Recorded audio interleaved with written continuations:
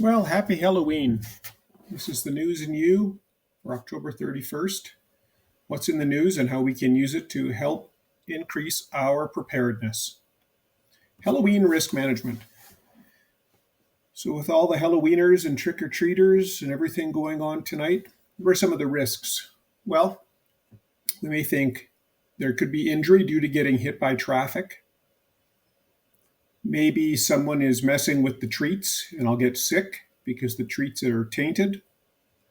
Maybe I'll get too hot in my costume. Maybe it'll be too cold when I'm out there. Those are just a few things we might think of as risks. But what's some mitigation? What can we do to uh, either decrease the probability that those things will happen or decrease the impact should these things happen?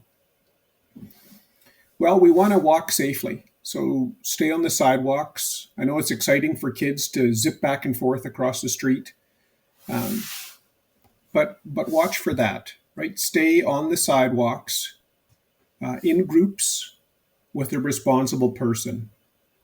If you're a driver, be extra cautious, right? Be attentive.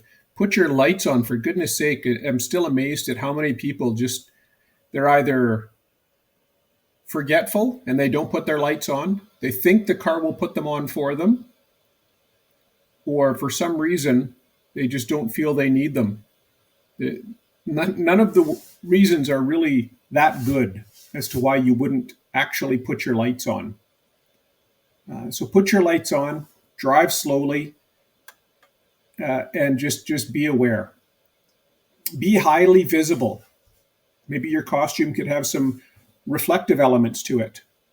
Maybe you carry a flashlight or those glow bracelets or glow necklaces or something like that to make yourself more visible. Again, if you're driving, put your lights on. You can check the treats for tampering before eating them. When you get home, have an adult or a responsible person look at the treats to make sure they haven't been opened or tampered with. Maybe you have a policy that you don't accept homemade treats. As lovely a thought as that is, maybe you just don't do that and you take those out of the treat basket before the kids even get them. Be alert. Be aware. What's the situation around you? If you're walking up to a house that has no lights on, maybe you don't need to do that. There's other houses that are well lit. Maybe they don't want to be disturbed. Maybe it's just not worth that little microscopically small piece of candy that they now call Halloween candy to go and get. Just go to a different house. You might trip in the dark. You might, it might not be a safe situation. Check the weather. Is it meant to be a blizzard? I know growing up, there seemed to always be a blizzard at home in Saskatchewan on Halloween. You didn't often dress up in light costumes. You'd want to go as a buffalo or the Puff Marshmallow Man or something. You didn't even know what your costumes were half the time because you had your snowsuit on over top of it. You had to tell somebody what you were under your snowsuit. Maybe that's another risk mitigation for traffic collisions, right? Go as one of those big inflatable sumo wrestler suits with those big bubble things. Wrap yourself in bubble wrap. Anyways, just walk through, think about the risks, and then what are you going to do to mitigate those risks? Here's another risk. Here's a fun one. Risks don't all have to be negative. It could be a positive. Too much of a good thing, right? What if I get too much candy? So, kids, when you're going out there, if you think, wow, what if tonight is so successful? Well, maybe you have your little tiny pumpkin or whatever it is that you walk up to the house with, but maybe your mom or dad has a big pillowcase, or they're pulling a wagon that you can dump your haul in because you're just so successful. Your costume's so awesome. Here's another little You guys are all aware of this one, but put a couple of things of candy, maybe a little bar or something, in your basket when you walk up to the first house. Jumpstart it. Let them know that, hey, they're supposed to put candy in there. And don't let your bucket get too full. Empty it. Don't have it overflowing, or people might be less likely to give you candy. They might think, this kid has lots already. Approach it smart. Vendors and supply chains. There was an article about a drilling company buying pipeline ahead of tariffs on Chinese-made pipe.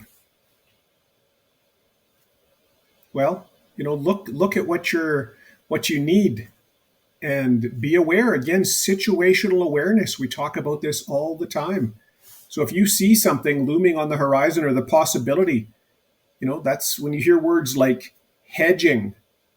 I'm hedging my bets, or different kind of words like that, where you're building in kind of your own insurance.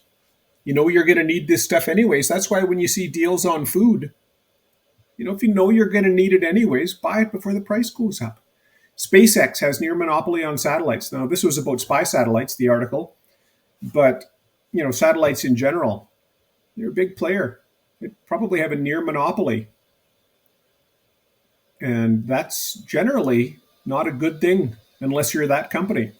So have multiple vendors, and do your due diligence. Look at not just your third party, who are your vendors, but look beyond that. Who are your vendors? I remember when I was in the water sector, and we'd look at, okay, well, we need chlorine. Oh, no problem. We have 3 different chlorine suppliers. Great. Check mark. But then if you look at who do those suppliers, so that's our third party. We have 3 different third party suppliers. Check the fourth party. Who do they get their chlorine from? Turns out they all get it from the same spot, the same manufacturer. So do you really have that redundancy? If that one manufacturer goes down. Same thing, we were in a building downtown Calgary, and the elevators, new building, the elevators always seem to have problems. And they said, it's okay, we're going to switch. We've got another vendor for the special cables that we need to get. Well, guess what? They all got them from the same manufacturer. So you're going to have the same problems. You can't just switch vendors if they're using the same manufacturer and buying the same product. Be aware of changes coming to supply. So do some horizon scanning. Be alert for what's happening. Are there new regulations coming into force that you need to get ahead of? Are there tariffs? Are there bans? What's happening? What are the changes that are coming? Have some funds available for strategic purchases. Whenever I look at either stock investing, gold and silver bullion, like physical bullion, a lot of the sites say have your dry powder, have that cash available. If you see a good deal or have to suddenly act, you have some funds available to do stuff like that. And build a strategic stockpile of key materials, whether it's product that you need to further the product value, the value chain, things that you need, raw materials or parts. Is it a processor chip? Is it glass? Is it plastic? Copper? Is it the raw material, wood, or is it something that's had some value add that you need? You need so many, as they always say, so many widgets to put together to make your device. That switch from just-in-time delivery, from having stockpile to just-in-time, there are advantages, right? You save warehousing, you save all these things, more efficient, make more profit, but you also open yourself up to different risks. So pros and cons. Walk through it again. Vendor management, supply chains. Don't just look at your third parties, your fourth parties, your fifth, your nth party. Take it for a while. I remember one did a risk assessment at a hospital, and they had like 50 some thousand pieces of laundry a day they had to get cleaned. Oh yeah, no problem. We outsourced that to a laundromat. One little local laundromat. That was their business, basically doing the laundry for the hospital. Well, if they close for the day, the hospital closes for the day, unless you have backup vendors. Just think about them. Mind the alarmist words. I'm just always amazed at how, you see those, whatever you call them, clickbait or taglines just to get you, to entice you to look at the article. The big scary words. Don't be alarmed by the alarmist language. You have to do your own digging and figure out what these words mean. It's fun. It's entertaining. I usually find is, end of the world, unprecedented, once in a lifetime. But if you miss it, it's okay. Next weekend, it'll be another once in a lifetime event or deal. The one that caught my eye today was the jumbo rate cut in the interest rates, Bank of Canada rate. So if the normal cut is 25 basis points, the very next increment up is 50 points because they go in 25-point increments. So how is the minimal cut of 25 points, how is going to a 50-point suddenly deemed jumbo? It may not be a normal thing that they do, but should we be alarmed if we see that? Gold price soaring. Sometimes I see that and I look, it's up 1.5%. Now, yes, it's a big market and that might be a lot of money, but is that really soaring? When I see 1.5%, I don't think of that as soaring. If it went up 10%, 15, 20%, okay, that's a bigger jump. The lessons, look at the data. What's the time frame they're talking about? Is it the first time it's happened? Is it truly unprecedented? And is it continuing to go up? If they say, that exponential curve, that hockey stick curve that we see when things get faster and faster, greater and greater increments happening over an extended period of time. If it's just a one little blip and then it goes back to normal, look at the historical data. Look at the scales in the charts or graphs. Sometimes you'll see something and you look and they're not even starting at zero on the axis. They're starting somewhere else. You mentally assume certain things when you look at graphs and charts, and they can be very misleading. So do your own research. Take it with a grain of salt. Might not be the end of the world. Might be the end of the world as we know it, which may or may not be a good thing. Remote work. There's a few things in just about remote work, and this slide is just about why I like it. There's a big push, lots of places to return to the office. And they cite reasons like increasing your relationships with your colleagues, which may or may not be a good thing. Sometimes I want to stay away from my colleagues. And personally, I've never had problems. Some of the deepest and most joyful relationships I've built have been remotely. That doesn't prohibit you from developing good relationships with people. Maybe they want to promote local businesses because, they're suffering. All the remote work is, well, I get it, but it's not my fault. Right? Maybe your business plan wasn't solid. Maybe you were counting on other things as a local business. If you're totally dependent on people being in the downtown or wherever it is, maybe you'll have to think about a different line of work. I've been told that many times, get into a different line of work. Okay. I think it's very efficient. There's no commute. The amount of time that can be spent commuting is crazy sometimes, and it's higher risk. There's more risk of being in a traffic accident if you're in traffic, right? Getting in collisions, going off the road, being impacted by weather, all of those things. When I'm working remotely, I can hop to where I'm needed. If I'm in a meeting and it's I'm not contributing at the moment, or it's boring, or whatever the case may be, you're there as a token. You're not really being listened to or asked your opinion anyways. You can hop into another meeting. If your boss says, "Hey, I need a quick call. I need something." If you're in a meeting room somewhere, at the office, that's harder to do. You can quickly do multitasking. Better for the environment. So yeah, you don't burn a bunch of fuel driving into work. You're not wear and tear on your vehicle. You don't have to get a bunch of work clothes. all of these things.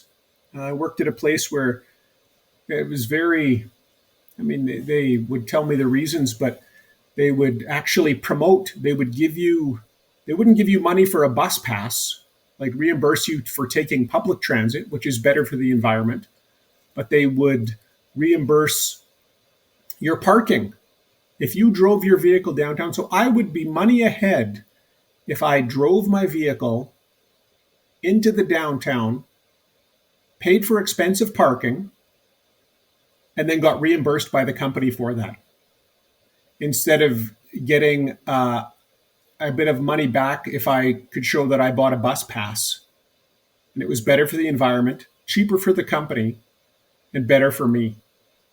So the logic sometimes escapes me.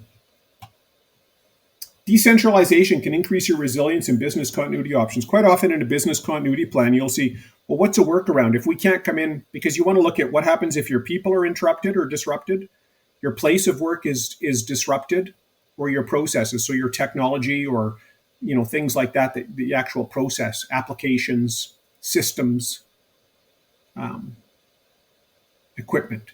So if I can't get into my place of work, either because of a snowstorm, fire, an evacuation, whatever it is, quite often a business plan, especially post-pandemic now, will say that's okay, we can work remotely. So it's often counted as an option. I used to have some of my staff go home at least one day a month and work from home, because if you don't actually practice, you've got a plan. We'll work remotely. Well, this was in the Citrix age, and remote work and things like that. Logging in from home was not as polished as it is today. And you'd go home, and if when you logged in, yes, you could find your files, you could do your work, but it wasn't exactly the same as sitting at your desk. So you had to actually practice it. So again, make your plan, practice your plan, and then perfect it. Make adjustments to that plan. So, I used to send my staff home to say, go and practice. I remember another lady, very astute, at a company I worked with. She had people that were in charge of scheduling.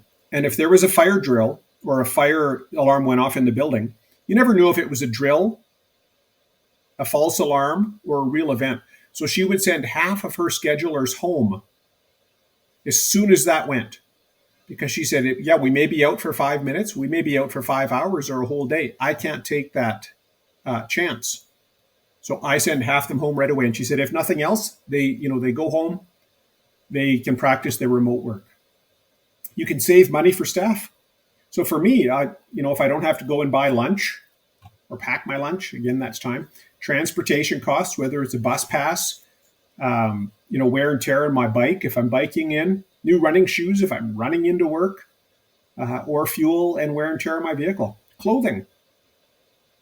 As the saying goes, they don't even have to wear pants, work from home, right? So they just need a shirt.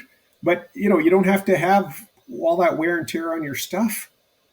Save money for the employer. Maybe they don't have to lease as big an office. Maybe you don't have to pay for parking. Maybe there's different things, their utility expenses. And, it's not lounging around. Quite often you'll see the pictures if you look up remote work, and it's all people working from the hot tub and the feet up, sitting looking out the window. Maybe for some, but I find that I put in more hours and am more efficient when I'm working remotely. I still get to meet people. I get it. There's sometimes you have to go into the office. You have to go and meet people. But, have a think about it. Do you really need to? Vehicle collisions, there's always lots of articles on this. So it can happen anywhere, anytime, to anyone. This is something we should be prepping for. Again, there's those base mitigations, those base contingencies we should be looking at. Shelter in place or evacuation from our home. If there's a fire in your house, you got to think about that. Vehicle collisions are another one. Might not even be your fault.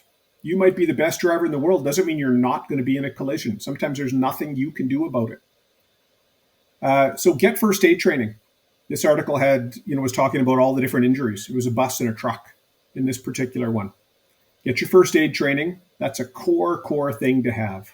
either to help yourself and your family or to help others. Have key items in your vehicle: first aid kit, flashlight. Now, if you're going to have a seatbelt cutter, because when you're sometimes in an accident, that seatbelt can lock up. You might not be able to get out of your vehicle. Now, if you're upside down in a ditch filled with water, that's a bad thing. So there's those little life safety hammers, right? You can smash the window with it, not the front windshield, but your side window. It's got a seatbelt cutter on it, but keep it within reach. Don't have it in the trunk. If your seatbelt is stuck and you can't get out, have it in the console beside you. Have it someplace you can actually reach to free yourself from the seatbelt. Have your emergency equipment, maybe reflective triangles that you can unfold, little pylons, road flares, a flashing strobe light, something to draw attention, a reflective vest if you have to get out of your vehicle. It doesn't take much space, but you can have that stuff in there. Ensure your vehicle is maintained. Tire pressure, fluid levels, lights, headlights, and windows cleaned. Enough fuel in the tank. Equipped for the weather. Do you have your winter tires on? Maybe you're in an area that needs chains. Get driver training and proper licensing. I've been to many, many calls where you look and the people they don't even have a license. Some of them are driving with licenses suspended. Some people are driving that have never gotten a license. Get proper training. Even if it's the basic training, maybe take advanced training. Makes a big difference. That's it. Thanks very much. Like and subscribe. Share it with your friends. Talk more soon.